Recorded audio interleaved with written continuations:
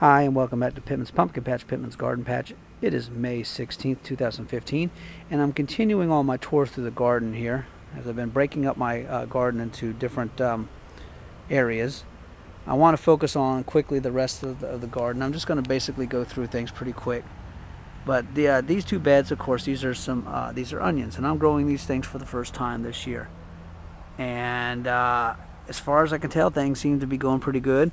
You know, I seem to come out here every day. Oh, I can feel the bulb down in there a little bit. I come out here and I see a lot of them are, you know, the wind has tipped them over, or the rain was a little too heavy and it's leaning them over, so I have to kind of push them back up and everything. And, you know, but I'm going in there and I can feel the beginnings of bulbs just a little bit starting to form on some of them. And I have three varieties. Walla Walla, Texas Sweet, and Granix Yellow. Now they got all mixed up in here, so I don't know which is which. But yeah, they're doing pretty good. It's first year trying them. Like, you see what I mean about leaning over? You know, sorry about that, leaning over like that. And I'm having to, sorry about the camera, guys. I'm having to straighten these things up a lot, you know. And so this bed right here is just a little experiment. I'm gonna have to yank some of these out here. Some of these green beans, you know, just didn't really survive, and these were experiments from my classroom, and you know, they were in not good condition after a while, but that's what happens with experiments. This one seems to be doing okay, but I'll probably pull these out of here, and I don't know exactly what else I'll put in here, but I got a little bit of time. The rest of these are just some odds and ends, some squash, maybe a zucchini. There's a tomato plant, don't know what variety. It's either Better Boy or it's an Amana Orange, I don't know which. Moving on, I've transplanted a couple of my plants into these big 20-gallon pots here. You might be thinking, are you kidding me? You're putting a little plant in there? Well, these two are Ashataba that I got from John Kohler on growinggreens.com. And I've been growing these for a couple months now or so, and they're very, very, very slow growers. And but these are biannuals, so these are going to be 2 years before they go to seed.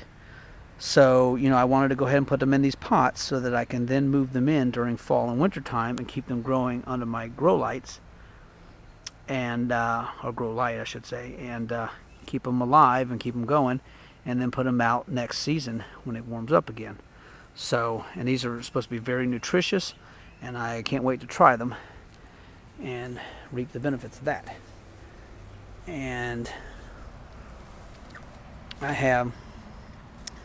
gotta get this some water on them after the video, but there's a couple more Ashataba plants and a little marigold in there.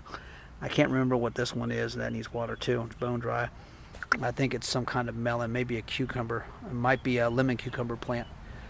But in this bed right here, remember in my last videos, a couple of last videos, I told you what I was going to do with this bed. So over there in the far section is the cantaloupes, and I can't remember what variety they are. I got the seed pack in the house. Something jumbo.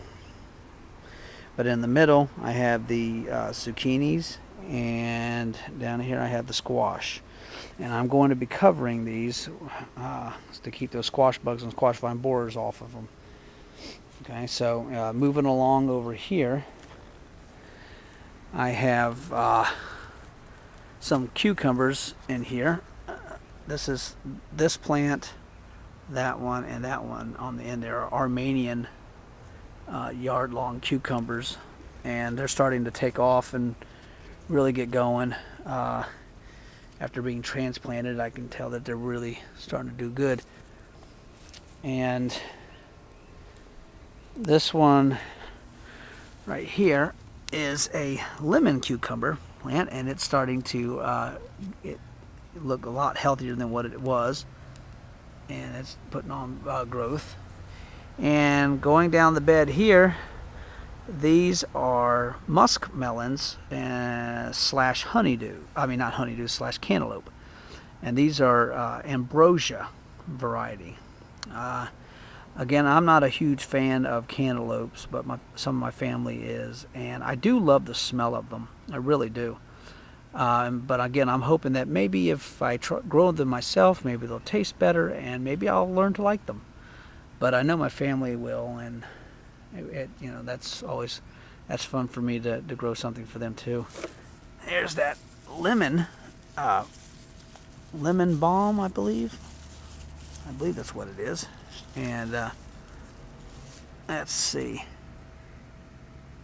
Yep, lemon balm. And it's finally starting to get some growth to it. You know, it's competing with the oregano, but I think the oregano helps it a little by giving it some shade and some protection. And when that cucumber gets going, it will give it even more shade. Like I said, there's the oregano in there. Look how tall that oregano is. Look at that. So it's going, and I've been pulling a lot of it out of here, and you know, either giving some of it away or drying some of it because it was just shadowing these musk melons too much. And I was like, and this is from 2 plants that overwintered and, you know, survived the cold and all that. So here we are looking at my tomatoes. This is the Amana orange variety, and I've staked all of these things up. And I've trimmed off the bottom. I buried these things deep, and I trimmed off the bottoms, leaves, and everything to keep diseases down to a minimum. And the other varieties I have on here are Better Boys, and they're doing pretty good too. So this one right here, this particular one, you can see it starting to ripen, and I think that's more because it got split and cracked in here. And it's still solid. It's not rotting that I know of, but it doesn't look all that great. But it is starting to ripen before all the others. And again, I think that's just because of its being split open and everything, and it's trying to hurry up and make its seeds and everything inside. So, the only other little thing I have to show is over here. Now, there's some of my oregano drying out. The only little things I had to show is these 4 little pots here. I transplanted out some longevity spinach, and it's not getting quite as green as I would have. You know, it was getting some yellowing and everything, but maybe the new growth, once it gets going, it'll be a lot more green. And this is again the longevity spinach. And over those 2 pots are sunflower that again came from an experiment, or came from a little project. The master gardeners came out to my school and whatnot, and you know, they get the kids sunflower and marigold, and you know, so I always just hold on to it and just, you know, let them grow and have some fun. Now, my wife loves sunflowers anyway, so you know, she gets the joy out of that, and that's fine. All right. Well, I think I'm going to go eat some more strawberries or something, even though I'm full.